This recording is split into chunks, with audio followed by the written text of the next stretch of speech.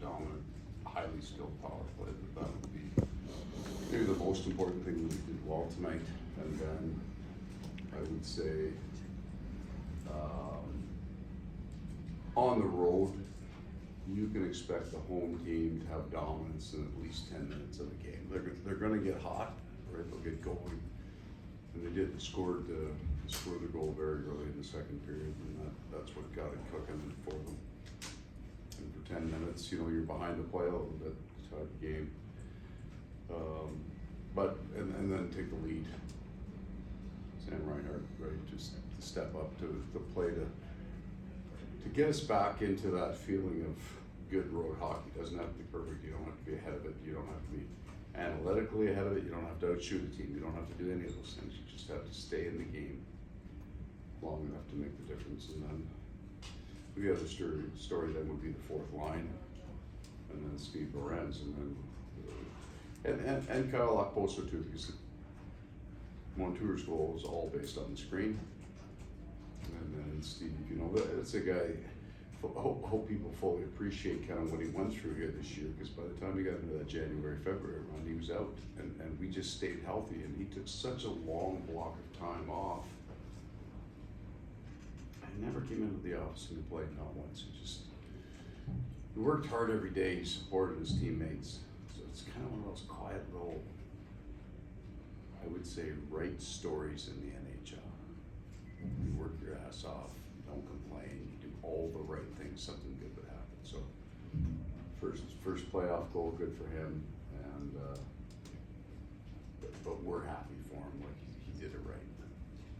Coach, you said time and time again that the biggest improvement from last year this year was the penalty kill. What does it do for just maybe the mindset of a team when you have this much confidence in your kill, especially in big games like this? Yeah, your penalty kill won't be fantastic every night, but based on our year, you have confidence that you can always get it back.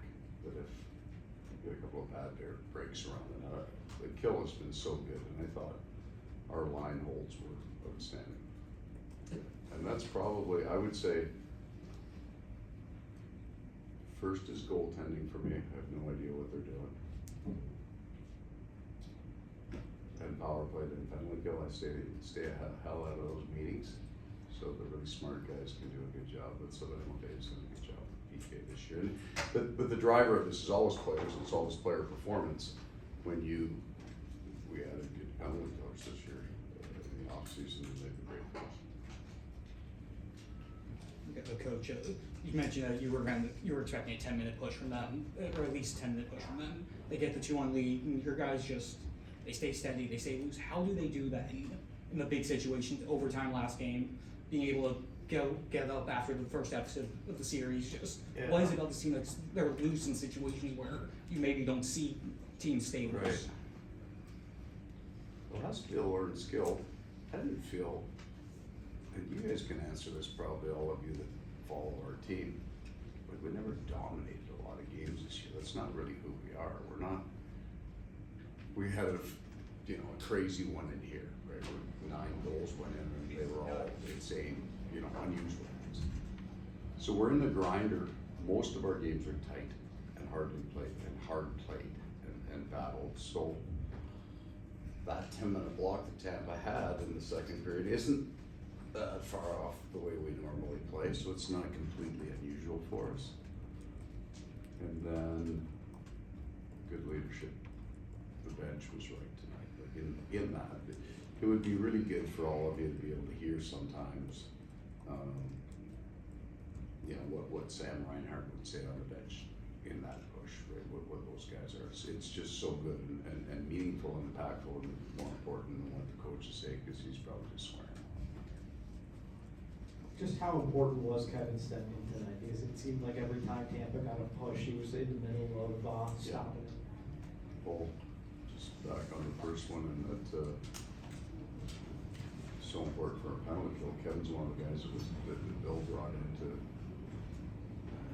not just have us hold water, to really improve our penalty kill. He was so very, very good, and that was a really good pickup by you, because he was one of those quiet players.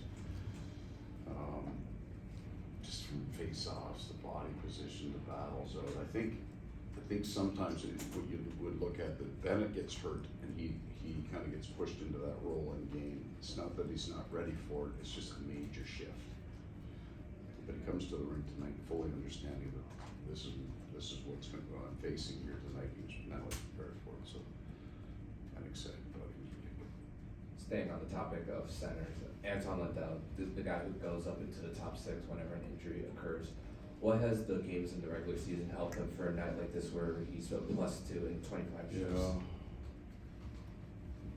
he's still a young guy, right? Like this guy, he's honestly like his third full. He's still a young player. That's why I think that's what's most exciting about Anton for our team. And I'm not talking about. I know he scored 18 his first year, and everybody gets excited that he might, he's going to be a great goal scorer. We score enough, but finding guys at a young age that you don't have to spend hours on video defensively, and worse defensively, just hard, like to play hard. It takes years for some players, and Anton kind of has a bit of that Barkov slant to his game. The first thought I think in his head is defensive, not passively defensive, just defensive. But then he can also make plays. So he's pretty excited coming to the ring tonight. But for you guys, not bad.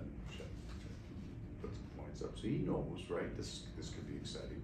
It's also the playoffs. So he didn't cheat the game, and he still created. What's that for? 3-1.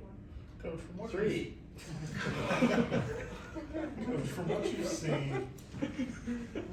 you've seen on a defensive standpoint, what have you done to be able to really just shut down Point and Kucherov, their two top guns, and who have been the guys that have been sort of leading that charge to really take them out of their games?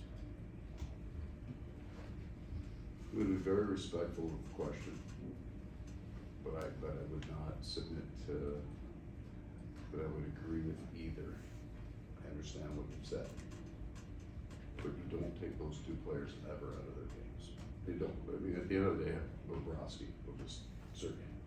That's when the difference, because they're so dynamic and they're so good. I mean, Tampa has this kind of quick strike ability, and you saw it. They scored one at the top of the second, and it was on. And we were chasing the game. Like, we're a pretty good team. We may not be the most talented team in the NHL, but we don't suck.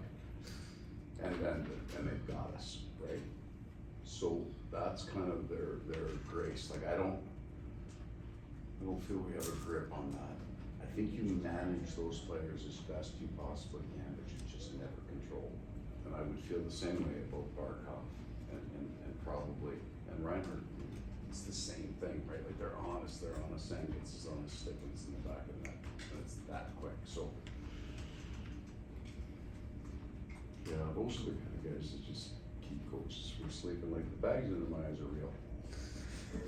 It's a fact. I know you weren't here, but you were watching this team. The last time the Panthers were here in the playoffs, they got beaten back to back. George don't do it. But how big was this for this team to come in here for a playoff game? They seemed loose, relaxed, and play the game that they played, because it was an ugly 2 games here 2 years ago. I don't know. Didn't think about it, right? I wasn't here. Last question. Coach, Lightning take a 2-1 lead, and then Bob comes up with a big save there on Lilleberg on the rebound on the Yes. ace shot. Seems like in the series, and we saw it obviously with the Dumba save in the last game. What is it about his game where it seems to make that save? It's not always when, how many saves you make, but when you make them. Yeah. That's his year for us this year. I think the first 2 games, maybe more than tonight, because he's a bit more under siege there in the second period. We've allowed him to be quiet over the parts of games, and then he would just be incredibly explosive. So not much going on, angles, veteranness, experience, and then put over on the save. And I think that the work that the PK has done and the work defensively has allowed it to possibly happen now at this time of year. So we haven't worn them out. But that's not, I agree with you. It's quiet. But I think both goals have done that. Like, so we got a 3-goal lead, or 3-game lead. I don't feel that. But this thing is, I've always felt all these playoff games are so incredibly tight. 1 goal he gets up, 1 goal in, but Bob makes that incredible save behind it, and then there's 2 shifts right after that where Vasilevsky makes a bunch of really good saves. It's tight, and that's what we'll expect coming to the rink the next game. This is gonna be as tight. Well, go back to what I said before the series started. We came out and put 9 on them in here one night, and they never stopped working. Like we got the first shot was going 6 feet wide of the net, went off somebody's ass, and then it was one of those aberration nights where everything you throw goes in. But they never stopped working. And they came to our building the next game, and they got a 5-1 on us. Like that. We put up 50 that night, and we won't quit. That's our expectation for the next game. Thanks, everyone. Thank you for your time. Appreciate it very much. All right, guys.